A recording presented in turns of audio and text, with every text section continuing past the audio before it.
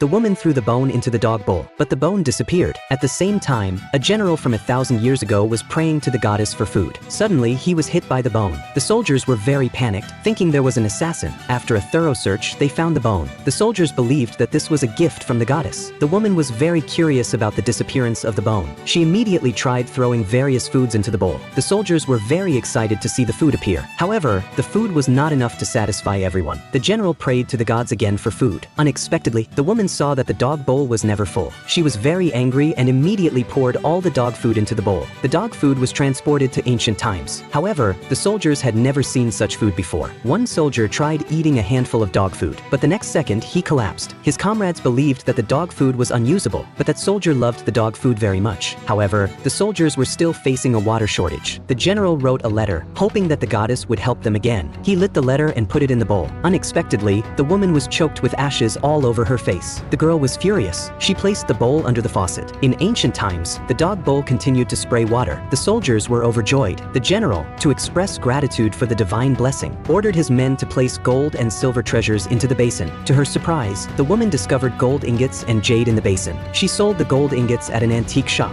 and to her astonishment, they fetched $30 million.